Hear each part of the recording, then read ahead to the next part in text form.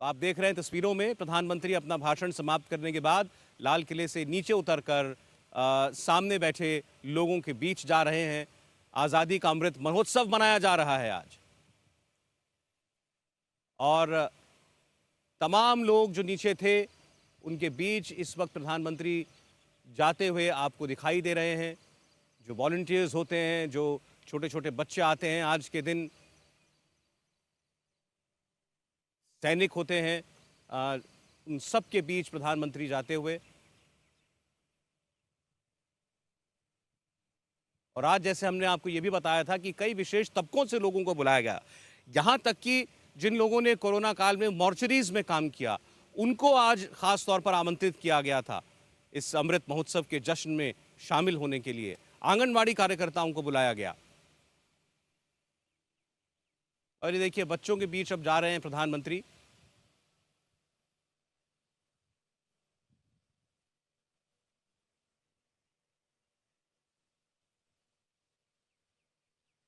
सामने ठीक लाल किले के भारत का नक्शा बनाकर जो बच्चे बैठे रहते हैं उनके बीच प्रधानमंत्री इस वक्त हैं। His ability to connect with them, to collect their wishes, have conversations with them, and we can see that interaction. Pure delight writ large on their faces.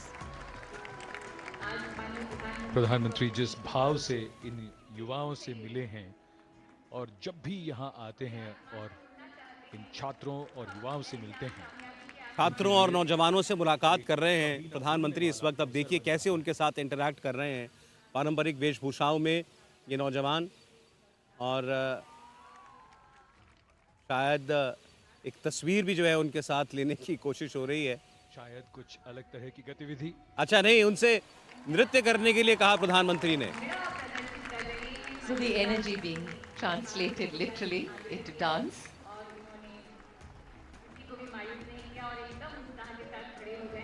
The bhangra, the gidda, folk dances. सामने लोग भांगड़ा कर रहे हैं, गिद्दा डाल रहे हैं और प्रधानमंत्री ताली बजाकर उनका जोश बढ़ा रहे हैं। पहले उनसे बातचीत कर रहे थे, प्रधानमंत्री ने उनसे स्वयं कहा कि आप जिस वेशभूषा में आए हैं, जिस लोक नृत्य के लिए आप पहचाने जाते हैं, वो करके दिखाइए। उत्सव है ये, देश के लिए योगदान करने के लिए उन्हें कभी न कम होने वाले जुनून से भर देगा और उनमें उत्साह और ऊर्जा का संचार करते हुए माननीय प्रधानमंत्री The balance between the principles एक बार of फिर change कुछ और and लोगों के बीच जाते हुए very, very visible in कि राजस्थान से and जो here लोग कलाकार यहाँ आए हैं these are वहाँ the की young पारंपरिक people वेशभूषा who are में, going to bring उनके about बीच अब प्रधानमंत्री हैं। and carry on continuity.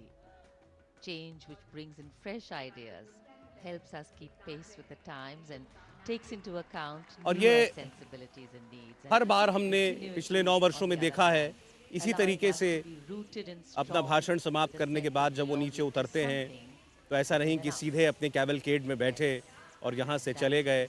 हमेशा आते हैं सामने बैठे आम जनों के बीच, खासकर बच्चों के बीच। देखिए मध्य प्रदेश से आए लोग जो हैं वो वहाँ बैठे हैं और ये है वो भारत का नक्शा जिसमें अलग अलग राज्यों के लोग जो हैं वो शामिल हैं, वो बैठे हुए हैं।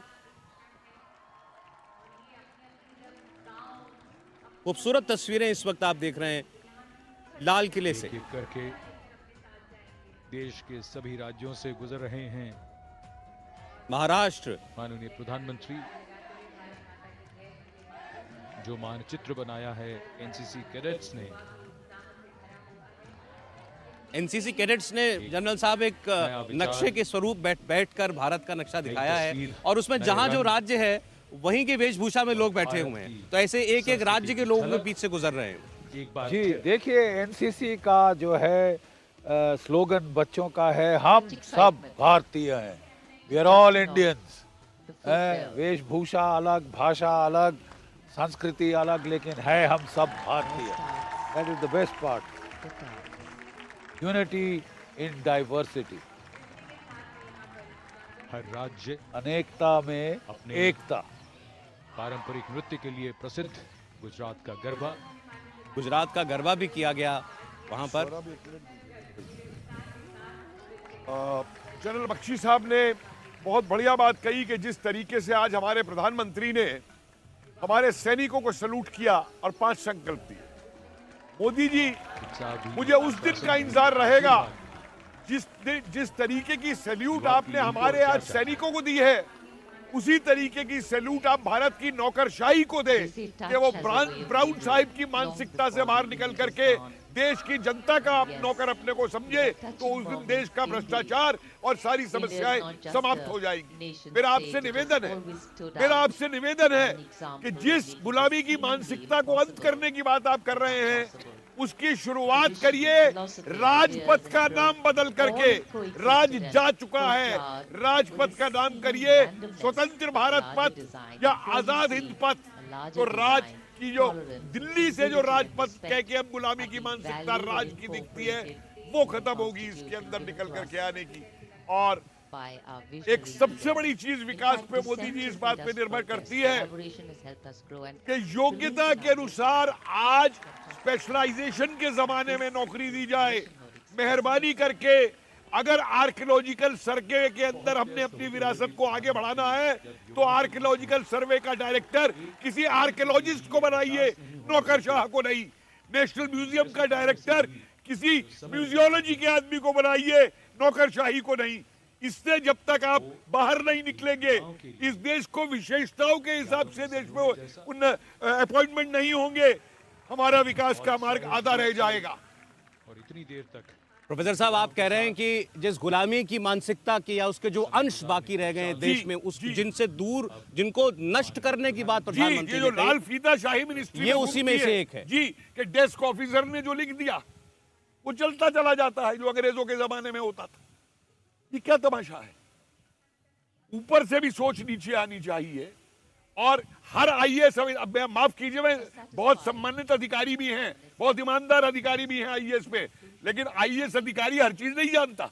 क्या आप उसे आर्कियोलॉजिकल सर्वे में भी बिठा दे, उसे नेशनल म्यूजियम में भी बिठा दे? ये क्या तमाशा है? अच्छा, ये 5 संकल्प जो प्रधानमंत्री ने देश को दिलाए, एक विकसित भारत, डेवलप्ड कंट्री के तौर पर भारत की पहचान 2047 तक होनी चाहिए, गुलामी का अंश बाकी ना रहे, अपनी विरासत पर हम गर्व करें, एकता और एकजुटता 130 करोड़ देशवासियों की पहचान बने और नागरिक अपने कर्तव्य को पहचाने। ये 5 संकल्प हैं। इनमें से सबसे जरूरी आपके लिए क्या है? यूं तो पांचों ही एक समान बराबर हैं। इसमें सबसे बड़ा संकल्प मेरे लिए ये है जो मोदी जी ने कहा कि नागरिक अपने कर्तव्यों को पहचाने, क्योंकि हर कोई नागरिक है जिसके जिम्मे विकास का काम दिया गया है, जिसके जिम्मे न्यायपालिका दी गई है, जिसके जिम्मे सेना दी गई है, वो हर कोई नागरिक है। तो जिस दिन हर कोई अपने कर्तव्य को समझ लेगा, ये नहीं होगा कि एक जना चोरियां करता है, डकैतियां डालता है, आतंकवाद करता है, पुलिस उसको पकड़ने में 1 महीना लगा देती है और कोर्ट उसको अगले दिन बेल दे देता है। ये जो तमाशा इस देश में बन गया है, आप देखिए, मैंने तो एक बार मजाक में एक बात कही थी कि हर जगह मानव अधिकार ले आते हैं, तो भैया फिर जहां पे टेररिस्ट पहले गोली चला रहा हो, वहां पहले जज साहब को भेज दीजिए हेलीकॉप्टर में बिठा के, और वो निर्णय ले ले कि हाँ भाई ये टेररिस्ट है या नहीं, ये गोली चला रहा है या नहीं, तब जाके सेना उस पर फायर करेगी। अरे कहीं तो निकल करके हम आगे आए देश के अंदर, देश को ऊपर समझ के अपने ऊपर से। जनरल साहब, जब वो बात करते हैं कि देश के अंदर आज भी अगर गुलामी का कोई भी प्रतीक हमारे अंदर है तो वो दूर होना चाहिए, इन 25 वर्षों में ये संकल्प उन्होंने दिलाया। ऐसी कौन सी चीजें हमारे इर्द गिर्द या हमारे अंदर वो मानसिकता कि हाँ हम लोग 250 साल अंग्रेज के गुलाम रहे, उससे पहले विदेशी आक्रांताओं ने हमारे ऊपर राज किया, वो कौन सी मानसिकता है जो बाकी है, जो दूर होनी चाहिए? हीनता की मानसिकता कि हर चीज देशी इंफीरियर है, मेड इन इंग्लैंड बड़ा सुपीरियर है। तो मानक की बहुत अच्छी बात कही जी, मैं ये कहना चाहता हूं कि देखिए, हमको अपने इतिहास को हम देखें। अंग्रेजों का लिखा हुआ इतिहास आज भी कायम है। मैक्स मुलर और आपके जो है मॉर्टाइमर व्हीलर की आर्यन इन्वेजन थ्योरी आज भी आपकी किताबों में पढ़ाई जा रही है। आज भी एक परिवारवाद की जो है एक परिवार की महिमा मंडन हो रहा है in the name of the freedom struggle of the country. कहाँ है आपका सुभाष चंद्र बोस का नाम? कहाँ है आजाद हिंद फौज का नाम? 26,000 की फौज, सॉरी 60,000 की आजाद हिंद फौज, 26,000 शहीद हो गए। मुझे एक पत्थर दिखा दीजिए इस देश में जहां उनका नाम लिखा हो। ये केवल एक परिवार का नाम, एक परिवार का महिमा मंडन, वो इतिहास नहीं है। History is not hagiography. आपको अपने इतिहास को सही करना होगा। It will have to be, मैं नहीं कह रहा उसको आइडियोलॉजिकल स्लांट दीजिए, मैं आपको कह रहा हूं go by the truth, go by the facts. Who got us independence and how? आज हमको इसके ऊपर बड़े विस्तार से सोचने की आप जरूरत कह रहे है। हैं कि हमने आज तक इन 75 वर्षों में हमारे कॉलेजों में, स्कूलों में, यूनिवर्सिटियों में आज़ादी के नायकों का, आज़ादी की लड़ाई का सच ही नहीं बताया गया। देखिए साहब, आज की आपकी जो टेक्स्ट बुक्स हैं वो भगत सिंह को, चंद्रशेखर आजाद को टेररिस्ट करार दे रही है साहब। इससे ज्यादा कोई मुंह पे तमाचा हो सकता है? We need to change our history, we need to align it with the truth. एक देश जो कहता है सत्यमेव जयते, आई एम नॉट सेइंग कि ये आइडियोलॉजिकल स्टांस या वो आइडियोलॉजिकल स्टांस हिस्ट्री का हो, history has to reflect the truth. तो जब हम कहते हैं कि हम गुलामी की मानसिकता की बेड़ियों को उखाड़ फेंकें, उसके लिए अनिवार्य है कि पहले हम अपना इतिहास दुरुस्त करें। We should align it with the facts. हमारी स्कूल टेक्स्ट बुक्स में जो इतिहास हमारे बच्चों के गले थोपा जा रहा है, it is should be the truthful reflective of the reality, starting from ancient Indian history, जिसमें आर्यन इन्वेजन थ्योरी अभी भी है। क्यों साहब? मैक्स मुलर साहब कह गए। अरे साहब, मैक्स मुलर के जाने के बाद क्या मैक्स मुलर के पास सैटेलाइट इमेजरी एविडेंस था? क्या रेडियो कार्बन डेटिंग थी? क्या जो लेटेस्ट आर्कियोलॉजिकल डिस्कवरीज हैं वो उनके पास थी? क्या पेलियोलॉजिकल चैनल की स्टडीज थी? नहीं। तो फिर ये कैसे है? क्योंकि उसकी गोरी चमड़ी थी, जो वो कह गया इज द गॉस्पेल ट्रूथ। उसी को आप बता रहे हैं हीनता की भावना। हीनता की भावना। सौरभ जी, इसमें देखिए आप, आज भी हमारी किताबों में यह पढ़ाया जाता है कि प्रथम विश्व युद्ध में आयरन क्रॉस किसको मिला, दूसरे विश्व युद्ध में विक्टोरिया क्रॉस किसको मिला। 91 लोगों का मैंने निकाला जिनको नेताजी ने, जैसे आज हम परमवीर चक्र देते हैं, महावीर चक्र देते हैं, जिनको उन्होंने तगमा बहादुरी, तगमा शत्रुनाश, तगमा हिंद दिया, एक का नाम हमारी किसी किताब में नहीं आया लेकर के, कि जिन्होंने अपनी जानें दी और जिनको आजाद हिंद सरकार ने तगमे दिए थे, एक नाम नहीं आकर के दिया। प्रवासी भारतीयों ने, यूसुफ मफरानी 1944 के अंदर 1 करोड़ रुपया देता है आजाद हिंद सरकार को, अपने 3 घर देता है, अपनी गाड़ी देता है, अपने घर के जेवरात देता है, और बदले में क्या मांगता है? आजाद हिंद फौज की एक वर्दी। गीता बटाई गुजरात की 50 लाख रुपए के अपने 1944 में रंगून के अंदर अपने सारे गहने दे देती है। और ऐसे ऐसे प्रवासी भारतीय जिन्होंने कभी भारत को देखा नहीं था, 17 साल की लड़की रानी झांसी रेजिमेंट में जाती है, उसके परिवार वाले आके कहते हैं वापस चलो, वो कहती है नहीं जाऊंगी। बहन कहती है तुमने जो पहन रखे गहने ये हमारे हैं, वो उतार के दे देती है। बहन कहती है ये कपड़े भी हमारे हैं, वो जाके कपड़े बदल के दे देती है। और बहन कहती है आज तू हमारे लिए मर गई, मैं तेरा श्राद्ध करूंगी। और वो 17 साल की बच्ची जिसने कभी हिंदुस्तान देखा नहीं था, वो क्या जवाब देती है? हाँ, आज मैं दोबारा पैदा हुई हूं भारत मां को आजाद कराने के लिए। ये राष्ट्रवाद था। इस राष्ट्रवाद की कहानी को, ये जो दास्ताएं थी, उनको नहीं डाला गया देश के इतिहास के अंदर। कहीं पे भी कह दिया गया ये तो जिफ थे, ये तो जापानियों के वो करने वाले थे। अरे भाई मेरे, तुम लोग किसकी मदद कर रहे थे?